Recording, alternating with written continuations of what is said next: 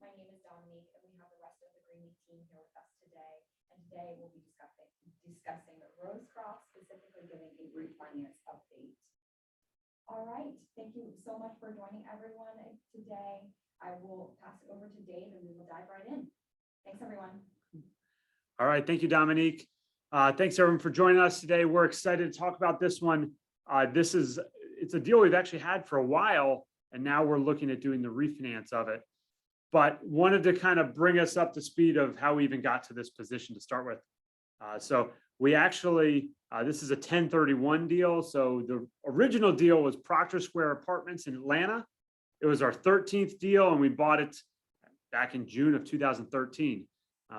Market has changed quite a bit since June of 2013, but we sold the first deal in 2017. So we held that for 4 years. We made 1.36 million on that sale, which we did a 1031 exchange with and rolled it into the Rosecroft apartments. Then about a year later, through the use of some private financing, we returned $540,000 of capital. And then since acquisition, we've distributed $244,000 since 2017.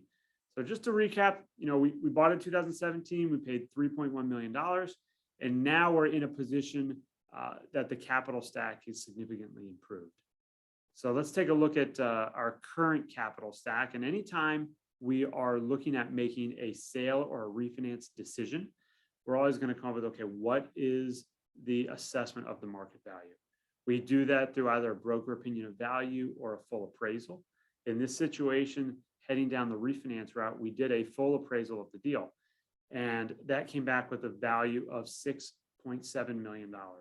So with that valuation, keeping in mind we have $825,000 of remaining equity from the original 1031 investment.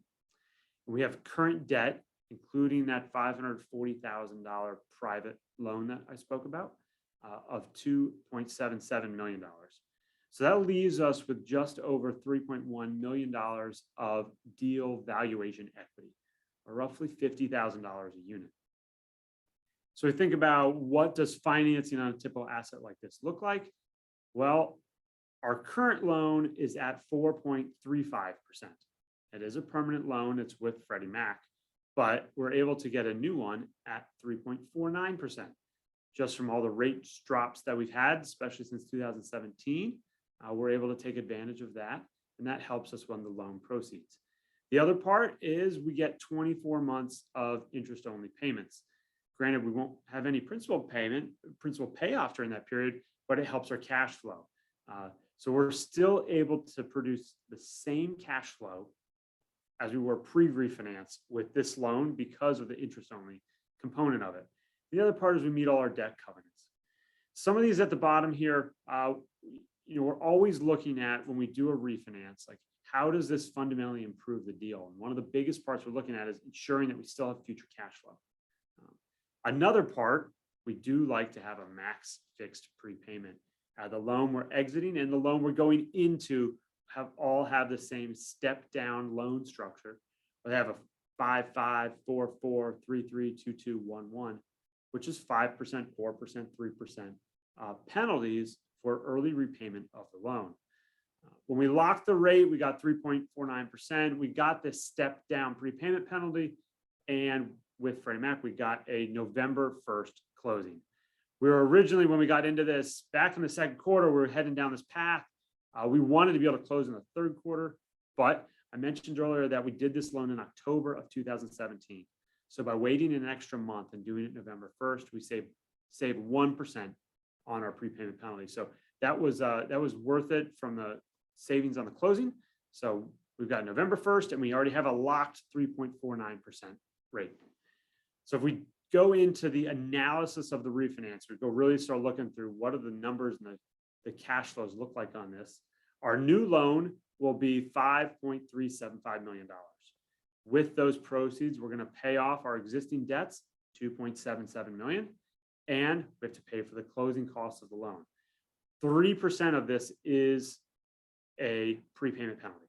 So overall, our closing costs are roughly $250,000. This is kind of hard settled at the very end when we get to close and we know what the exact numbers are. But it leaves us with roughly $2.35 million of available cash. With that, those funds will be distributed to investors. They're just going to be done in a couple different ways. So to start with, we do not have a capital holdback on this one. That could change between now and the end of the deal. That's a Freddie Mac determined number. We're not really involved in a negotiation on that piece, but right now it's zero. We have an interest reserve, and this is $291,000. Even though it's interest only, this is a 1-year principal and interest reserve. This started with during COVID that they required a full year of payment reserves, and it has still stuck around.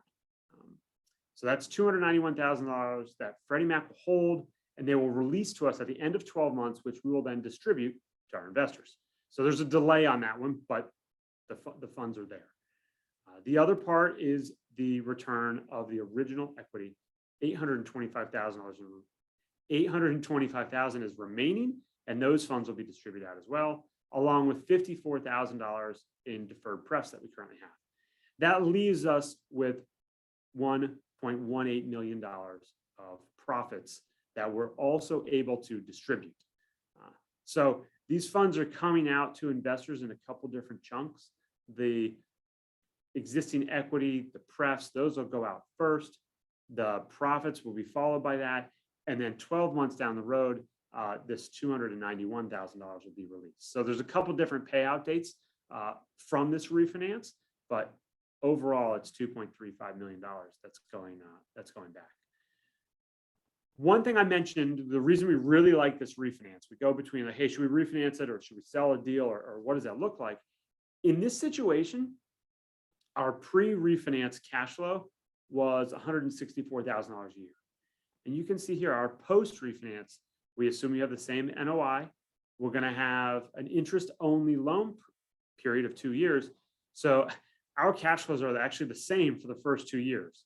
And what that means is our cash available to distribute, even post-refinance, will be the same. So an initial $50,000 investment, even after you get all your capital back, prefs and profits, you're still getting an annual distribution from this deal. Now, granted, that will be considered profit sharing, so there are splits in that. 70% to the LPs, 30% to the general partner on the profit splits. But no matter what, we're still getting distributions out to our limited partners on this deal for 2 years. Going into year 3, that's when you see our principal payments pick up. And we've got $110,000 per year that has to be paid in principal. Now, when we make these assumptions, then it drops to $40,000 a year in available cash flow, which is still positive, which is great, but it's not quite as much. Now, going into, we're holding our net operating income level. If you look at that $352,000 pre-refi during the 2 years of the interest only period, and then in year 3 as well. Well, last year we had 7% rental growth, and the year before that we had 14% rental growth. 7% rental growth here resulted in an additional $50,000 in revenue, while 2 years ago our 14% revenue growth resulted in $80,000 in additional revenue. So as we hold this for the next year and 2, the market conditions are good to see additional revenue gains. And over that period, we would need to get 14% growth in revenue to make up that $100,000 difference in cash flow. So we're very confident that with the current market conditions and growth we see going forwards, that we'll be able to earn, if not all, but most of the lost cash flow from principal payment. We'll be able to earn that over the next 2 to 3 years so we can continue to make the disbursements on track with what we're doing. So overall, that is a prime reason why this is a great refinance candidate, because not only do we get equity out and we get profits out, we're also able to maintain that yield that we're trying to do here at Greenleaf. We're able to maintain that for years to come. So we're very excited about that. Again, we are targeting November 1st as our close date. And I'm going to kick it over to Dominique, who's going to wrap up with kind of what our timeline looks like as we get closer to closing and distributions. Thank you, Dave. Thank you so much for joining us today. As he mentioned, we are targeting a November 1st closing, which brings us around right at the beginning of November. you can expect your round 1 distributions. And then mid-November, you can expect your round 2 distributions, which would include profits. Again, here, folks, we will be sure to update the partnership with scheduled dates on when those funds will settle as we approach that deadline. All right, we want to leave you with our upcoming Greenleaf Connect schedule. We do have a heritage sale update coming up and scheduled for those. And then we have a couple of new retail and industrial offerings that we're ready to share with you all. As you can see, we have those scheduled dates on the screen here for you, specifically for Family Dollar located in Decatur, Georgia. We have Taco John's located in Princeton, Kentucky, and then Carter Oaks located in Norcross, Georgia. Again, folks, thank you so much for joining today. Be sure to log on to our YouTube channel and access all of our recorded live streams, with this recording being made available by the end of the week this week. We certainly appreciate you joining us today, and we hope you have a great rest of your day. Thanks, everyone. All right. Thank you very much, everyone. See you later.